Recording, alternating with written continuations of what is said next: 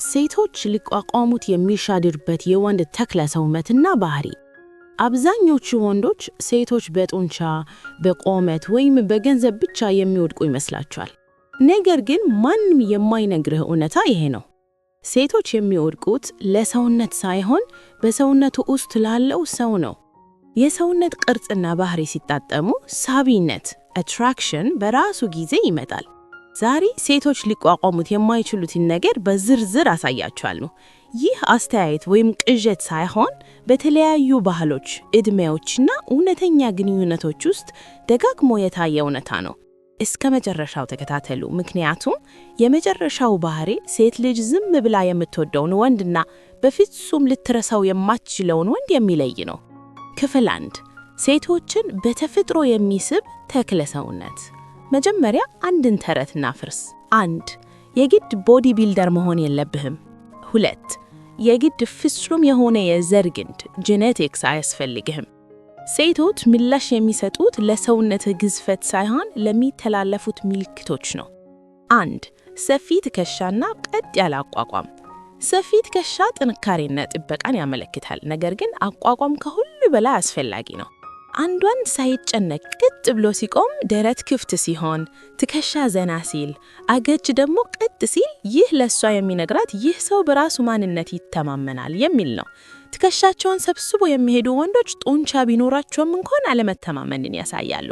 አቋቋም የዝምታ በራስ መተማመን ነው።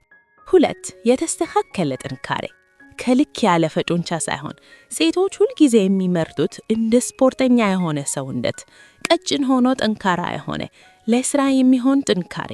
ለምን? ምክንያቱም ይህ ጤናን፣ ራስን መግዛትና ብቃትን ስለሚጠቁም ነው።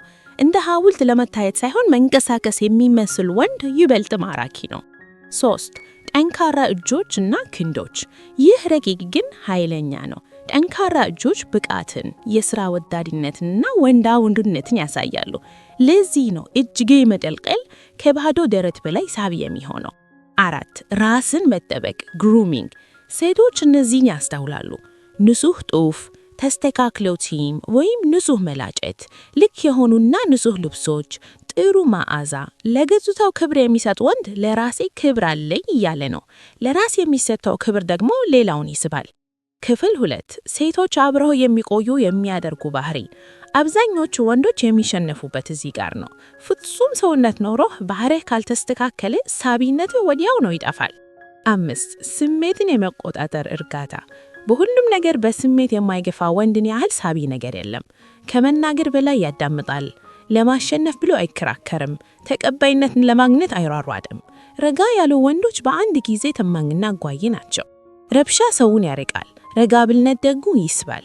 6 ከደስታ በፊት ዓላማ ያለው ወንድ ማግኔት ነው። ስራ ሊሆን ይችላል፣ ስፖርት ሊሆን ይችላል፣ ጥበብ ሊሆን ይችላል፣ ወይም ራስን ማሳደግ ሊሆን ይችላል። አንድ ወንድ ከሴቶች በበለጠ ለትልቅ ነገር ትኩረት ሲሰጥ ሴቶች ያስተውሉታል። ለምን? ምክንያቱም ዓላማ መሪነትንና ጠንካሬን ያሳያል። ዓላማ የሌለው ወንድ በስሜት ተገዢ ኒዲ ይሆናል። 7 ዝምታ በራስ መተማመን ከንቱ ኩራይ ሳይሆን። ጫውጫ የሚበዙ ወንዶች ሰውን ለማስደመም ይሞክራሉ። ዝምታ ያሉ ወንዶች ግን ውጤታቸውን እንዲናገር ያደርጋሉ። አይፎክሩም፣ ስለ ራሳቸው ማብራሪያ አይሰጡም፣ የሰው ይሁን አይፈልጉም። በራስ መተማመን አይታወጅም፣ ይሰማል እንጂ። 1 ባለቁጣ ድንበር ማብጃት ባውንደሪስ። ይህ ከፍተኛው የማራኪነት ደረጃ ነው። አንድ ወንድ አይሆንም ሲል የጥፋት ስሜት ሳይሰማው፣ ይህ ለኔ አይመቸኝም ሲል ባለቁጣ ማብለጭ። ይህ ለሷ ክብርን፣ ደህንነትንና ፍላጎትን ያጠርባታል። ድንበር ማብጃት ባለጠበብ ጥንካሬን ያሳያል። ክፍል 4 ሴቶች አብረው እንዲቆዩ የሚያደርገው ባህሪ። ሊቋቋሙት የማይችሉት ወንዶች ስሜትን ይረዳሉ፣ ነገር ግን በስሜት አይመሩም። ችግሮቹን እሷ ላይ አይከምርም፣ በዛው ልክ ደግሞ ዝም ብሎ አይዘጋም። እሱ ዝግጁ፣ ጽኑ እና ራሱን የሚያውቅ ነው። ይህ ትምህርት ጥልቅ መስህብን ይፈጥራል። የመጨረሻው እውነታ፣ አብዛኞቹ ወንዶች የሚቱበት እውነታ፣ ሴቶች ፍጹምነትን አይፈልጉም። የሚፈልጉት ጥንካሬ ከለዘለታ ጋራ፣ በራስ መተማመን ከትህትና ጋራ፣ ዲስፕሊን ከሙቀት ጋራ። ሰውነት ትኩረትን ይስባል፣ ባህርህ ፍላጎትን ይገነባል። ስሜታዊ መረጋጋት ደግሞ ጥስትን ይፈጥራል። ማንም ሊቋቋሙት የማይችለው ወንድ መሆን ከፈለጋችሁ ሰውነታችሁን አሰልጥኑ፣ አእምሮአችሁን በዲሲፕሊን ምሩ፣ ስሜታችሁን ተቆጣጠሩ። ምክንያቱም በጣም አደገኛው ሰው ጠንካራው ሰው ሳይሆን ማንነቱን የሚያውቅና ያንን ለማረጋገጥ የማይጨነቅ ሰው እንጂ። ሰብስክራይብ ማድረጋችሁን አትርሱ። ሴቶች ሳያውቁት ወንዶችን የሚፈትኑባቸው ጥልቅ መንገዶች። ዛሬ ሴቶች አንተን በሁለት ጎራ ለመመደብ የሚጠቀሙባቸውን ስውር ፈተናዎች አሳያችኋለሁ። ለጊዜያዊ አማራጭነት ወይስ በቁም ነገር አብሮ ለመኖር ለሚቀባው ወንድ? እነዚህም ፈተናዎች አንዴ ከተረዳ በኋላ ለሁኔታዎች በስሜት ምላሽ መስጠት አቁመህ መምራት ትጀምራለህ። 1. የስሜታዊ ጫና ፈተና። ሴት ልጅ እንዲህ ልታደርግ ትችላለች፣ ራሷን ልታደርግ ትችላለች። ለመልእክቶች በዝግታ ምላሽ መስጠት፣ በሆነ ነገር ተቀዝቅዛ መታየት።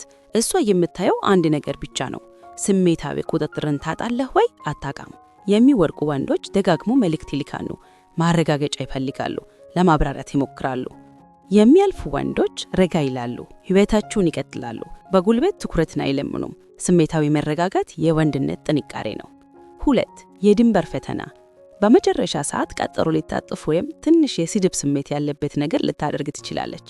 ይህን የምታደርገው በክፋት ሳይሆን የሚከተለውን ለማረጋገጥ ነው።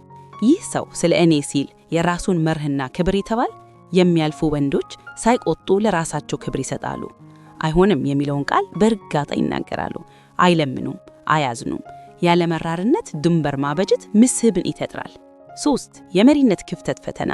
አንዳንድ ጊዜ አላከም አንተ የፈለግከውን ትልሃለች፣ ግራ ስለገባት አይደለም። የምትፈትነው ያለ ጫና መምራት ትችላለህ ወይ? የሚወድቁ ወንዶች ብዙ ያስባሉ፣ በየሬካው የእሷን ይሁን ይጠይቃሉ፣ ውሳኔው ወደ እሷ ይመልሳሉ። የሚያልፉ ወንዶች በረጋታ ይወስናሉ፣ ነገር ግን ተለዋዋጭ ናቸው። የተረጋጋ መሪነት ደህንነትን ይሰጣል። 4. የስሜታዊ ጥልቀት ፈተና። ስለ ቁስሏ፣ ስለ ስጋቷ ወይም ስለ ቀድሞ ግንኙነቷ ልታወራ ትችላለች። የምታየው ስሜትን ሳትደናገጥ ወይም ግድ መፍትሄ ልፈልግ ሳትል መሸከም ትችላለህ ወይ? የሚወድቁ ወንዶች ስሜቷን ያቃልላሉ፣ ሁሉንም ነገር ለመተገን ወይም ሶልቭ ለመሞከር ይሞክራሉ፣ ወይም በሁኔታው ይጨነቃሉ። የሚያልፉ ወንዶች ያዳምቃሉ፣ ሳይደናገሉ አብረዋት ይገኛሉ። የወንድነት ጥንካሬ ጩኸት ሳይሆን ጽናት ነው። 5. የወንድነት ባህሪ ፈተና። ልታሾፍብህ ወይም በጨዋታ መልክ ልትጋደረ ትችላለች። ይህን የምታደርገው ራስህን በጣም ቁም ነገር አድርገህ ታስባለህ ወይ? ኢጎ። የሚያልፉ ወንዶች ፈገግ ይላሉ፣ ረጋ ይላሉ፣ በጨዋታ ውስጥ ሳይናደሩ ይሳተፋሉ። ሳቅ ነው የሚያውቅ ወንድነት ኃይለኛ ነው። 6. የፍላጎት ፈተና። ዓላማና ብዙ አማራጭ ያለው ህይወት እንዳለር ካወቀች ሳታውቀው ትኩረትን ለመሳብ ወይም በስሜት ለማሰር ትችላለች። ጥያቄዋም እሱ እኔን ይፈልገኛል ወይስ መርጦኛል? ተገዥነት ፍላጎትን ይገድላል፣ ምርጫ ግን ይገነባል። 7. የተማማኝነት ፈተና። የምትከታተለው ቃልህና ስራህ ይጋጠማሉ። እሴቶች ቋሚ ናቸው። እሷን ለማስደመም ስትል ራስን ትቀይራለህ። የማይዋዣ ባህሪ ያለው ወንድ እምነትን ይፈጥራል፣ እምነት ግን መስህብን ያጠነክራል። 8. የርቀት ፈተና። እሷ በሌለበት ጊዜ እንዴት እንደምትሆን ታያለች። የሚወድቁ ወንዶች ሁል ጊዜ ግንኙነት ይፈልጋሉ፣ ዝምታም በጩኸት ይሞላሉ። የሚያልፉ ወንዶች በራሳቸው ይቆማሉ፣ ለርቀቱ ቦታ ይሰጣሉ።